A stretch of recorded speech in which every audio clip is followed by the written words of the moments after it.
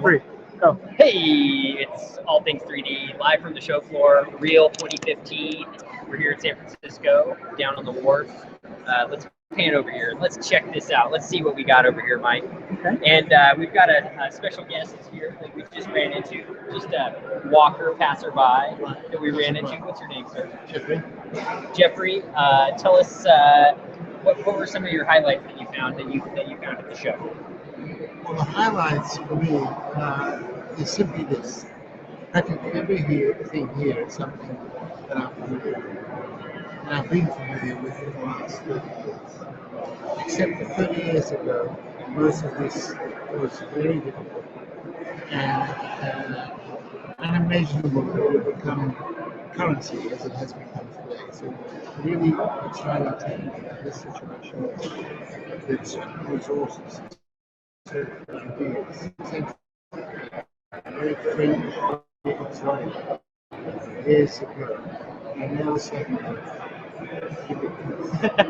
They're normal. they're normal, right?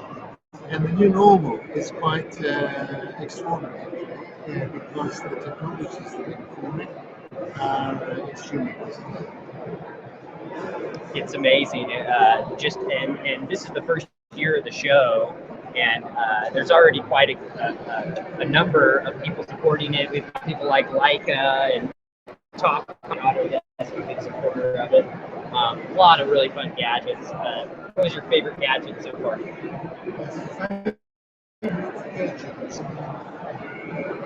Well, You have to bring it closer to him. it's self-promotion. I'm not just me of Nazi actually have attached to that stand, which is this stand. And what is City of University Hong Kong? What is their purpose in this real?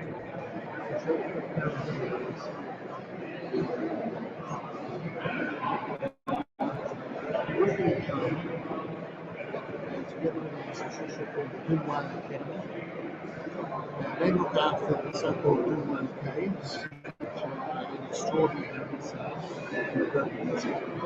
Hundreds of caves out to sculpted, painted by Buddhists, sculpted by Buddhists over a period of 2,000 years. Hundreds of years, 2,000 years in one place. And we've been working with some of the data sets, so we've been working with laser scans, high resolution photography, and then we transfer this into 3D, which can be experienced in various ways. And we've developed various strategies for visualizing this data set and experiencing this data set one-to-one scale, magnification, but here, we in 2015, we are premiering it's an Oculus version. And the Oculus version is quite sophisticated because we've got the Oculus head-mount display, the computer, the PC that's driving its head.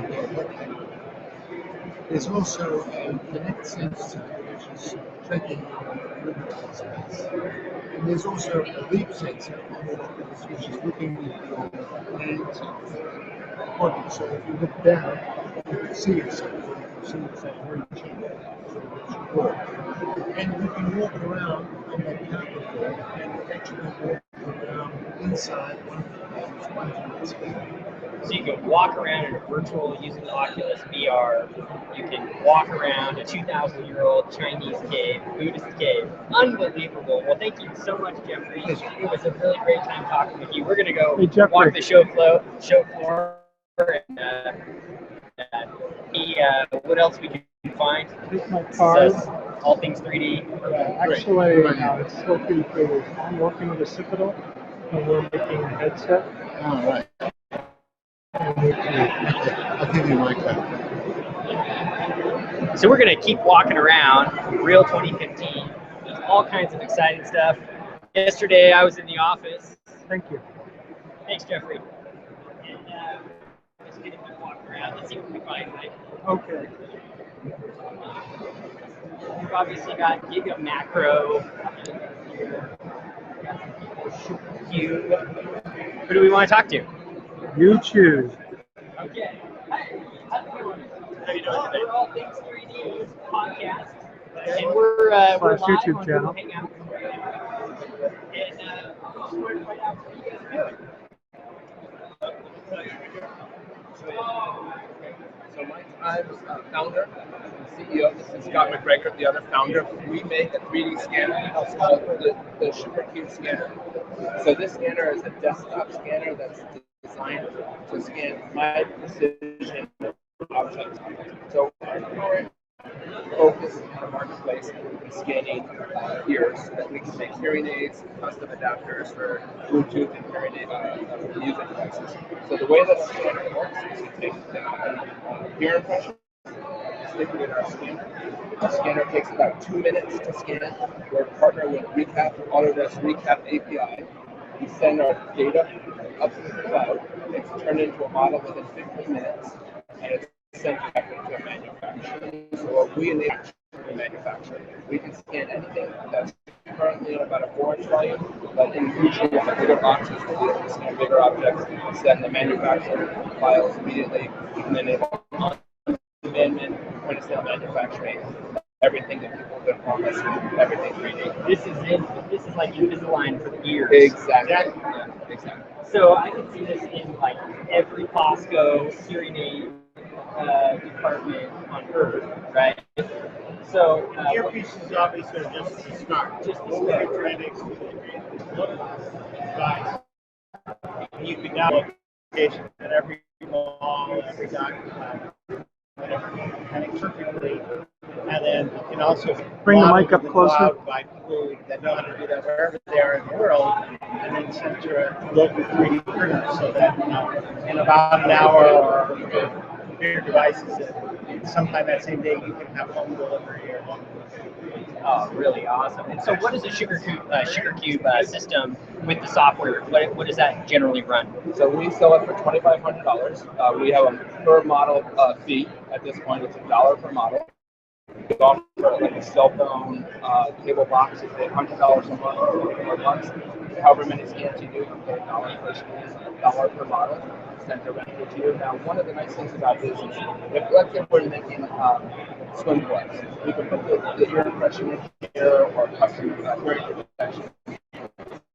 You can create the model and send it directly to for like hearing aids and other things like that. We have to do it with those models. One of the nice things about Sound we're partnering with 3D Space. We're out of San Leandro. We're at an old Caterpillar factory, 400,000 square feet. We work with because I'm doing really incredible science around filaments that we can actually print on a sub-$3,000 machine, a soft enough material that would be competitive with what we can do on a $50,000 Wow. So in the future, we're going to be able to print ears on a Type A machine in a soft enough material. These will probably retail for $20-$40 cheaper. Wow, incredible. This is a Type A over here. This is a lot bigger Type A than I'm used to seeing. This is their new Series 1. This is their new Series 1 Type A.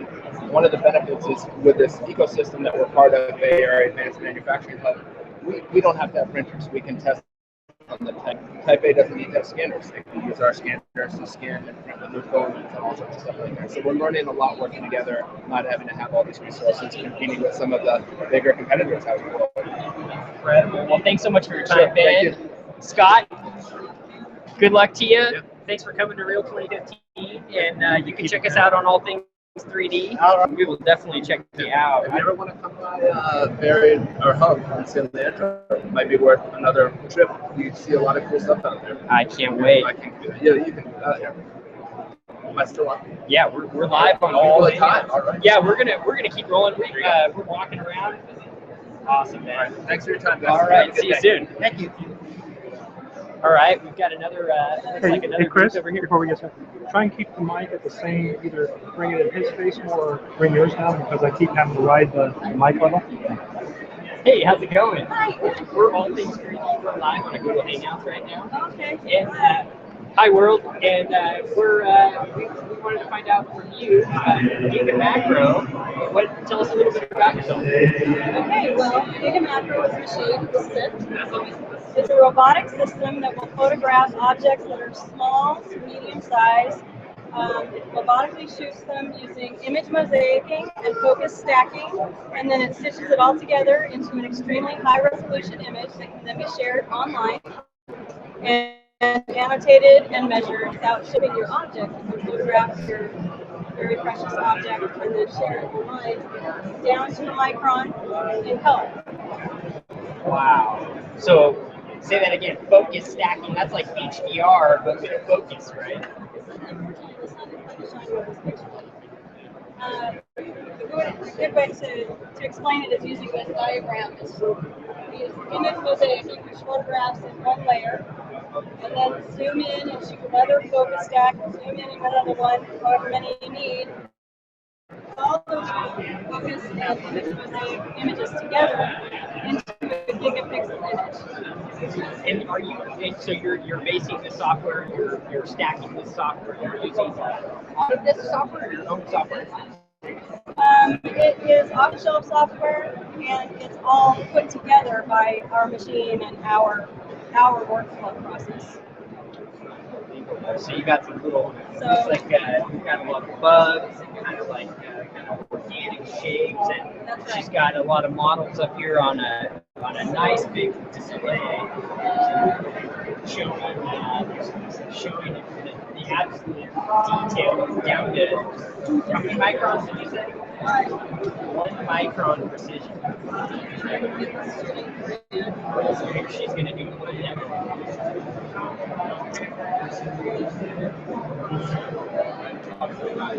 There's a lot going on with this machine. It looks like You want me to start it? Yeah, it's a really Gene, large bit. Gene, he's the mastermind of the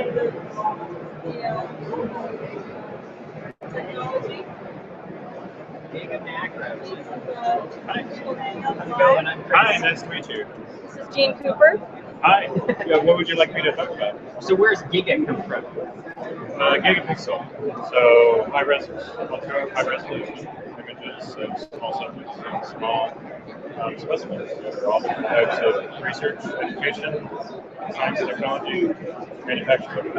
Yeah, we had Elmer on from Autodesk a little earlier. We interviewed him up in the rooms upstairs, and he was telling us about how this was one of his favorite things that he saw. Oh, here it goes. Taking a shot.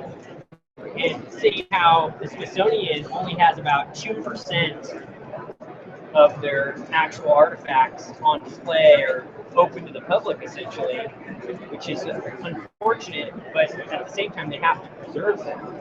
So, so this could actually bridge that gap to pretty much any artifact domain to an extent. And you don't even have to go to the Smithsonian.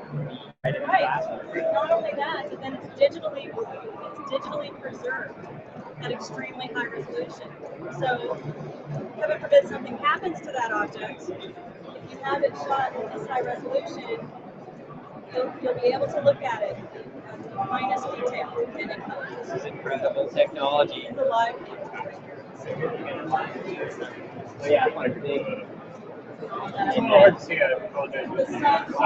The sun is very, very difficult. It really is. It's taking a lot of shots. So how many shots does it need to take to roughly recompose this like little butterfly?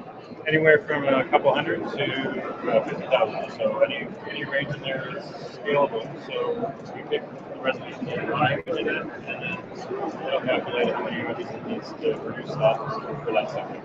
50,000 images. Yeah, that series of CPS is roughly about 50,000 shots. How long did it take to image 50,000? Reconstruct that scene? Well, it's all automated, so we start at expect images, set up the specimen, tell it where to shoot, and then let it run. So I think we had, 30, 40 hours or something like that. But it's all, Not so bad. it's all computer That's like the same as like a lot of 3D prints. Right, exactly. Right. And also, we like to tell people that during that time, for instance, if you want to be shooting entire drawers, while it's shooting, you can be getting your other drawers ready, or getting your other specimens taken out of storage, and getting ready for the next session. So it's not just the technological aspect of you solve the 3D scanning at a micro level, but you also have the system. Fairly developed for archaeologists or other researchers in the field that are preserving those artifacts already have kind of a system figured out. Yeah, we really wanted to find out about EMC because even though we know that it can be very useful, it is already useful in paleontology, in entomology. We also think it can be very useful for things like documents, anything that's textiles. But there's also talking a lot of applications that we haven't thought of yet, and that's why we're here. That's why we want to get the word out. And certainly, if there's something that any of your viewers are thinking about, hey, I wonder if we can work for that. Call us. And it's gigamacro.com. Correct. Awesome. Well, thanks so much for your time. Well, thank you. Yeah, and Appreciate thanks for it. being at Real 2015. And Yeah, thank hope you. to see you soon. Okay, thanks. Bye. Thank you so much. All right. Walking around. We've got the, Now let's take a look at this. the HP Sprout in the background. Yep. Have you played with it? I have. So this is I it. haven't yet, so why don't They, you give me they a have demo? apparently already have these at Best Buy. And they're working on revision 2, the guy tells me. So here we can. The cool thing is Oh, see, it's a. um, Hey, oh, she's here. Hi, I'm Chris. Yeah. So you're from HP, and we are here to. We're all things 3D. We're podcast all the time. We're live on Google Hangouts right now. Cool. Thank Yeah. you. And we just wanted to. I was talking to your colleague earlier, Yeah, of and he course. was telling us a little bit about Sprout. Yeah. It's kind of a cool, unique, computing system. I see you guys are thinking outside the box. Tell us some stuff about it. Sure. So what we've tried to do with Sprout is have this concept that we call blended reality. Because people today, they have their digital world, they have separate from that their physical world. But we want to provide a workspace where they can bring all of that together. So we've really revolutionized the desktop. We've taken an approach to the desktop that nobody else has. We've taken some of the best of the best that we have at HP and put them together to allow this interactive experience where you have a 7 very high-end all-in-one touch screen computer. Then we've added a mat, which is new. It's innovative. It's a 20-point capacitive touch mat. Has electronics in it. And we've added a series of cameras and scanners at the top. So what happens is you now have this sort of immersive touch experience that enables both 2D experiences and 3D experiences. So you guys open up piano time. I'll just show you. What it allows you to do is play the piano in a position that you're not used to, which is most applications you'd be playing like this, which is really expensive. So now you can play here, you can see your notes on the top screen, and it allows for, like I said, this experience that you otherwise would never been able to have. We designed some software that we call Workspace, which we actually overlaid on top of Windows 8.1 OS, and it allows for this sort of experience where we actually talk our users. So rather than having sort of an application of a specific file, we have projects, images, applications, documents, and then really snapshots that you're taking. One of the things that we built is what we call the workspace. So you may have some images and pictures on your computer that you already have on there.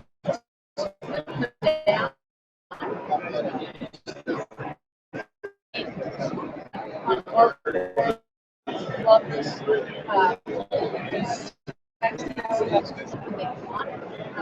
you want, you can use screens.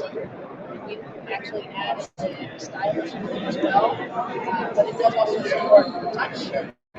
So it gives you this ability to kind of establish physical visual. For example, kids are playing with angry birds and they want to include a frog and they want to take a picture of ice. It's really quite simple. Just put them on the screen, press the camera button, it takes a picture, and now these physical items that we're used to having as a separate part of our digital experience are now directly included in the PC. How fun. This is a great way to get kids kind of introduced to the new way of computer thinking, I think. Yep. It's kids, but hopefully adults as well. Right. I'm a kid at heart too. Yeah, So. exactly. We are, yeah. So I think it's like exploring the boundaries too, or the way that we're interacting with the computer environment. I think that's we're going to see a lot of changes in the coming years, and this is just the start. I heard this is 20 points 20-point of capacity. yeah. So Yep. we only have 10 fingers, but he tells you, oh well, it's a 2 finger. Right. Right. And so whose idea was that? You know, or like they somebody at HP obviously felt it was important to incorporate the ability to have 2 people working on anything. Well, I think a lot of our devices have enabled people to have solo time or work separate from each other, immersed in their device themselves. And so we've actually come out with a number of computers, Rove being one, some of the Envies, that have tried to bring people back together. And so we've tried to have these experiences that do allow people together to be a computer. So we just extended that to this crowd experience as well. But I wanted to show you the 3D experience, because I know that's what you guys are interested in. So this takes today it's a beta version, and it takes a 3D snapshot from the top down. So the cameras that are above, it takes the image of the raw, the top part of it. So it's software that we put on here. But again, it is beta version. I'll show you what you can do.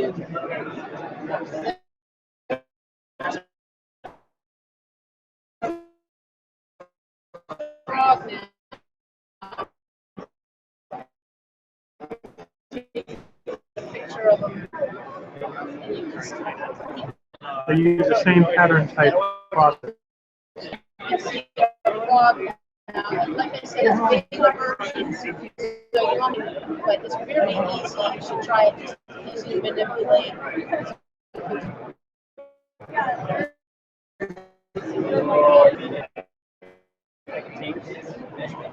Yep. 3D printed out. This is a lot of objects edited. Nice. Yeah, so how much is the Sprout? So Sprouts are available today. In select retail stores in the US for $18.99. Available in the UK as well, which is last week. Thank you. Thank you. Appreciate it. Yeah. All right. Sure. So we'll be able to get to, let's do a cursory. Hey, we'll just pan right by you guys. We'll come back later. There you go, wave. You're live. Okay. So let's see over here, real sound. Let's look at the. Hi. How's it going? Good. We're All Things 3D. We're a podcast. We're live on Google Hangout right now. We were wondering, tell us about Intel RealSense.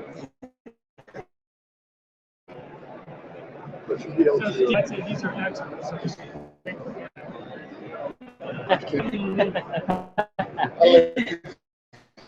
You want us to come? Come back. Actually, come back a little bit. Nonsense to be here. Give you a, that'll be good. Awesome. Can't wait. Thanks. Yeah. So there's your Twitter handle there? Yes. Let's talk to him. Hey, we'll have to move back up there around 2, and then we'll have to come back. We're averaging per. Awesome. How's it going? Hey. I'm Chris from All Things 3D. Oh, right on. We're live on a Google Hangouts right now.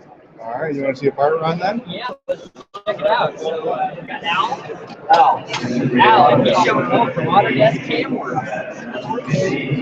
HSM Works is, so we have 3 products through CAM. We've got Inventor HSM, so CAM running Inventor. We've got Fusion and CAM and Fusion. And then we have HSM Works, so the same integrated CAM tool but inside SolidWorks. So you have a Fusion CAM tool, because I will get over to him later. So the interesting thing with them is they actually make their machines with our software. They use our software to drive their machines. Yeah. Okay, we're gonna make some chips. So most of us are used to additive because that's so. Become,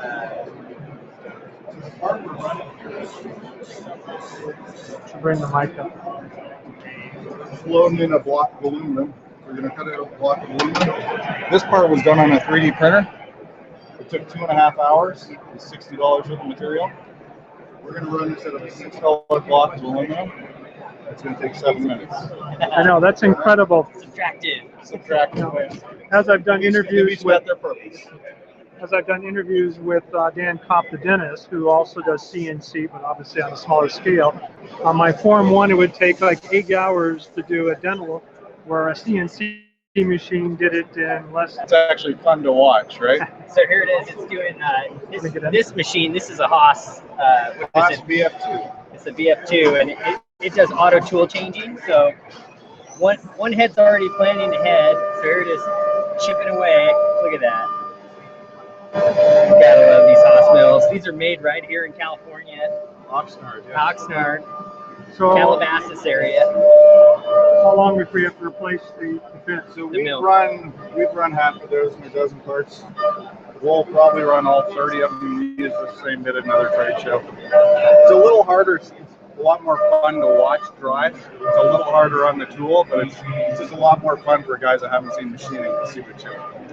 And when he says dry, he's referring to there's usually some liquid. Some coolant that There's some squirted. coolant that gets squirted across the end mill with the different end mills so that you can cool the head as it's cutting, making the tool last longer. Awesome. So, how much is one of these VF2s? So the base price on this is about $65,000. Which isn't that bad compared to a lot of the professional grade 3D printing. They've actually got an office mill that'll slide through a 36-inch bar and it starts at about 40. This one I'm about to say, you're gonna next time I'm coming up there, you're gonna have one. we have one out of Pier 9 too. Sitting out of Pier 9. Oh, you lucky dogs, you. Well, Yeah. thanks so much, Al. Appreciate it. You too. I think it's awesome. So this is Other Machine Company. They've got a little miniature mill, CNC, and So they can do aluminum as well, or is it? yeah, it'll cut anything to aluminum, anything softer than steel, we'll say, and it's $2,200. That's not bad. No. Very You do neat. have to have some sort of CAM software to generate G code. Oh, look at that! It's on the PC board. Yeah, so it'll do up to 2-layer PCBs. How's it going, Danielle? Good. You wanna come tell us about your thing? Sure, of course. Yeah, so this So is we're- All Things 3D. We're live on a Google Hangout right now. Oh, excellent. Yeah, so why don't you tell us a little bit about what you're looking at here? This is a desktop milling machine. So it cuts 3D objects out of wood and metal and also does circuits like you were mentioning. And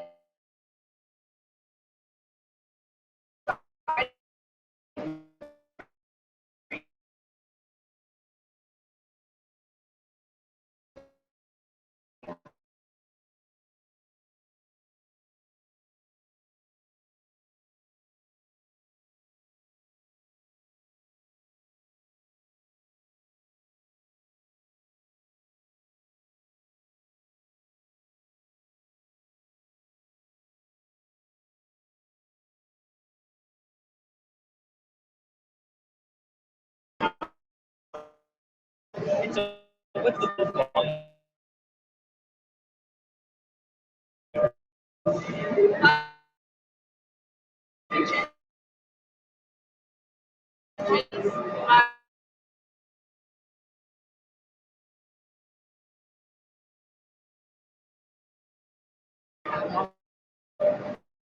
you can cut anything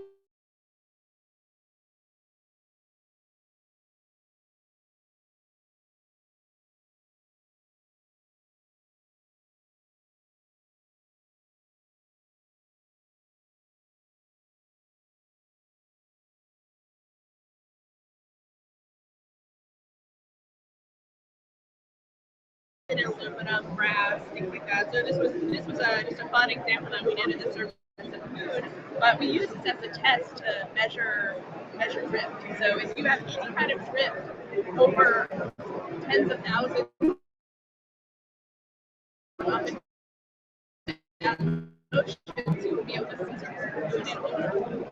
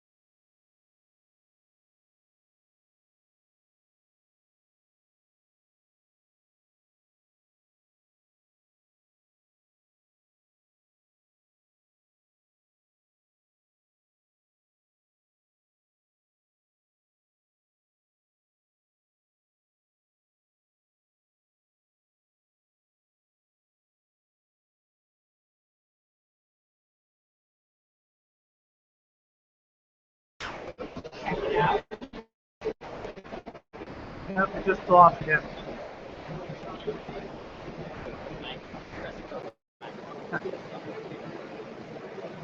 All right, we're good.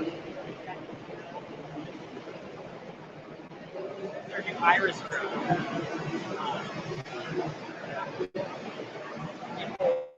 4K camera.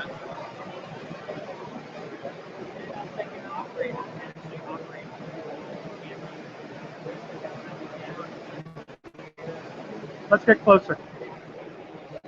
Here, Chris, over this way.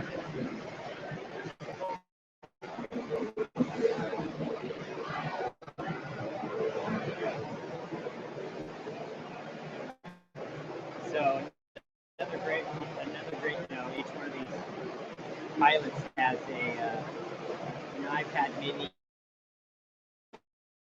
or somewhere. Yep. You can see the so you can get almost like an FPV. I mean, obviously no.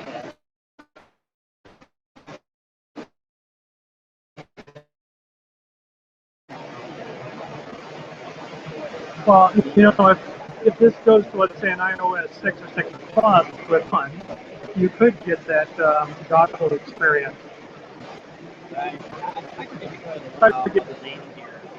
There's one if you will. The landing gear that actuates. Mine too is that the price. Yeah. $2,900. So $3,000 for a full-fledged. I mean, it's essentially a production grade. Film copter, cinematic copter. And is that a battery in the back? Because if it is, that is a large battery. Those helicopter pilots out there. I mean, obviously, there's some stuff you still are going to need a helicopter for, but a lot of this stuff, I imagine, is going to get replaced. A lot of filming is getting replaced by these because of the cost to run and maintain and pilot. if I was a helicopter pilot, I would definitely urge you to get into this hobby and get one of these machines. Or lobby to make sure these are outlawed. All right, so let's get one more and then we'll head upstairs. Yeah. So Let's go back on the left. We got to head over to the map. Okay. The map, that's my favorite thing I've seen so far. It's an electric boat. And I'm an electric fanatic. So we have a tea shop.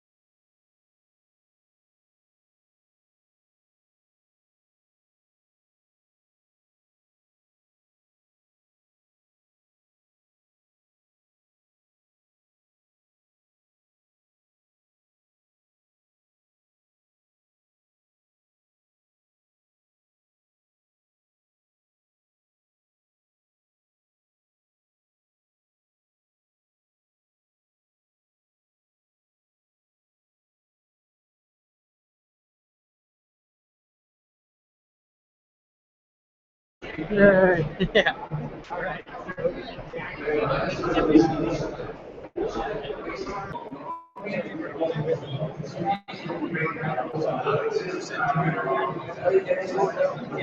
It's like 5 minutes.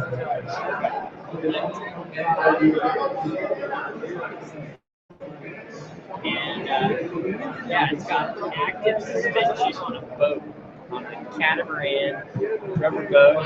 Hey Heather. Hey. So you want to know about the Just about what you're doing here. Where you stand in the show.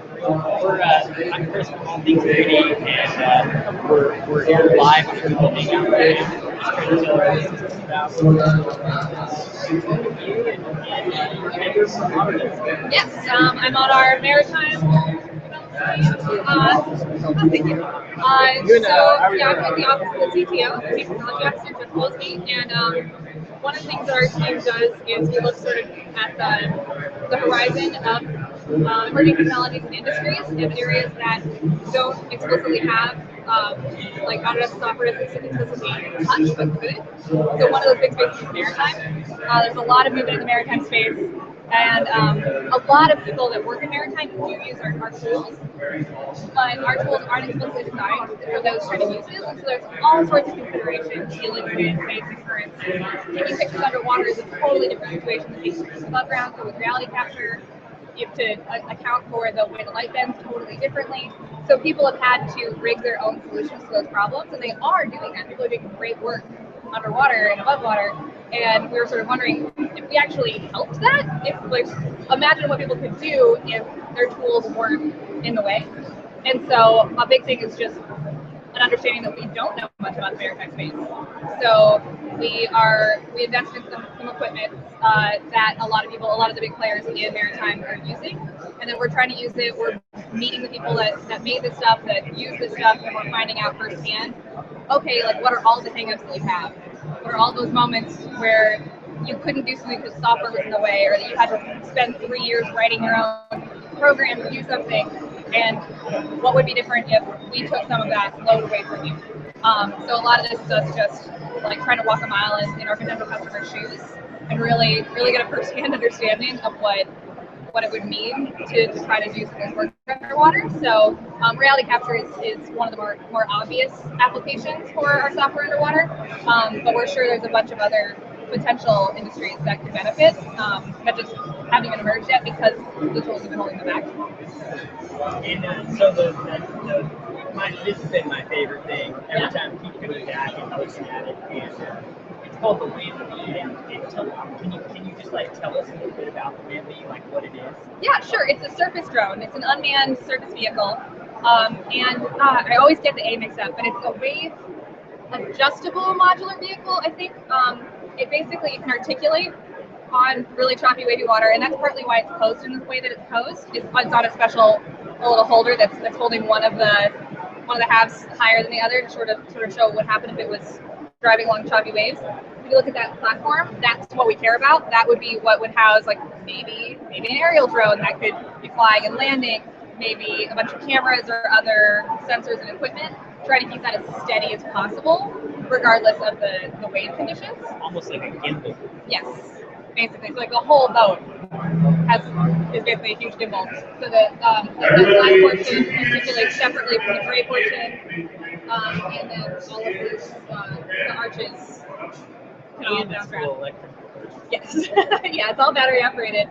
And because I've never even knew that prop motors that were electric existed. Are these specially built, or was this a company that's already been around? This is a company that has been around. Green Advanced Research, I think, MAR, and they're in the East Bay, and so they make this equipment. So yeah, the WAM-V predates our interest in maritime. But the propellers are great. They're separately controllable, so you can have both go forward, both go backward at different speeds. More agile. Yeah, so you can control it in a lot more nuanced ways. Really cool. Appreciate your time, Yeah. Heather. Yes. And best of luck to you. Thank you very much. Thanks for helping be part of Real 315. Yeah, my pleasure. All right.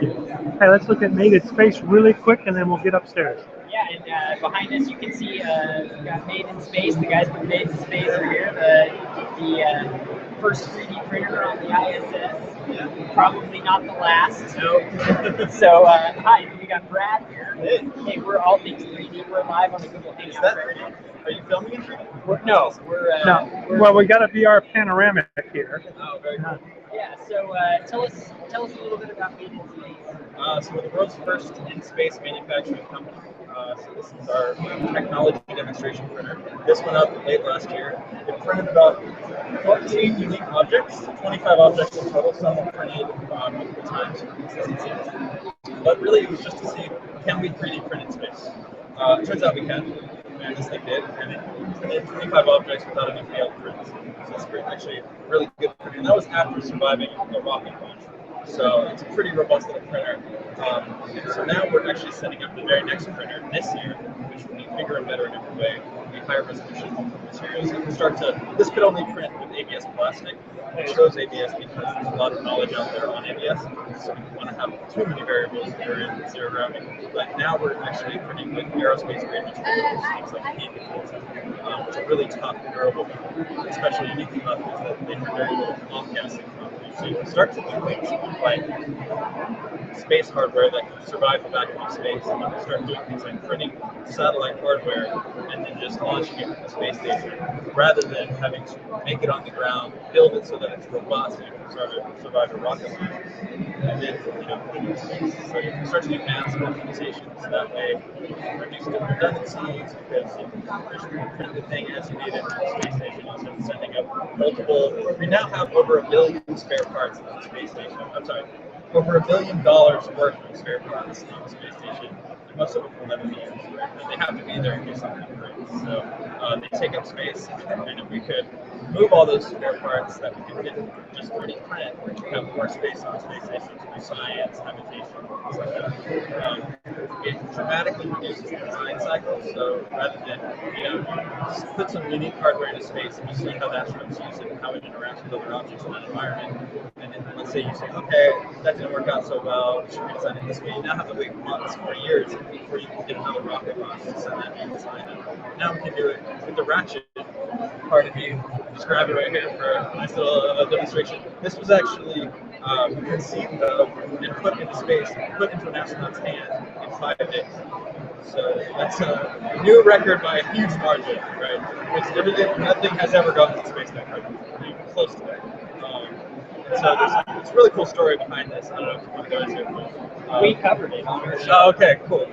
Yeah, so definitely for those that want to go check out the story, it's the scanner wrench. Yeah. NASA came up with, right? So, No, we can. oh, you guys came Yeah, up so we were listening to Butch, basically. Butch Wilmore, he's Barry Wilmore, also known as Butch, commander of the space station.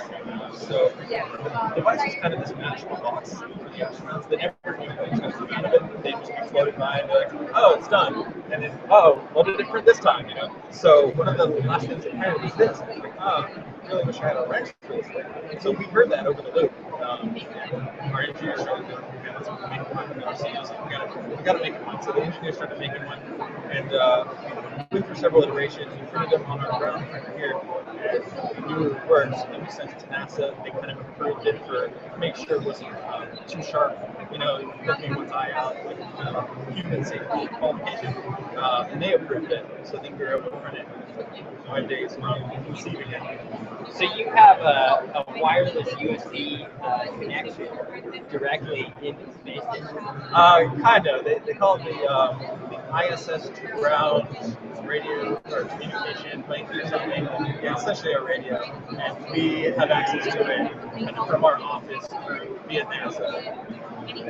That's kind of fun. It's just a fun bragging right there. Yeah. Yeah, some anonymous guy's gonna go in there, try to hack that, and start 3D printing space. Some off-the-wall gadget. Thanks so much, Brad, for being here. Really enjoyed this interview. Best of luck to you. Thanks. Oh, thank you. Thank you. All right. Well, we're gonna pick anything to overlay, like B-roll or whatever. Yeah, we're gonna pick it up. We're gonna pick it up upstairs. We got an interview coming up with Oh no, Tatiana Tatiana. in about She's right behind half an us hour. too. All right. So We'll see you in about a half hour. Okay. All All things right. 3D.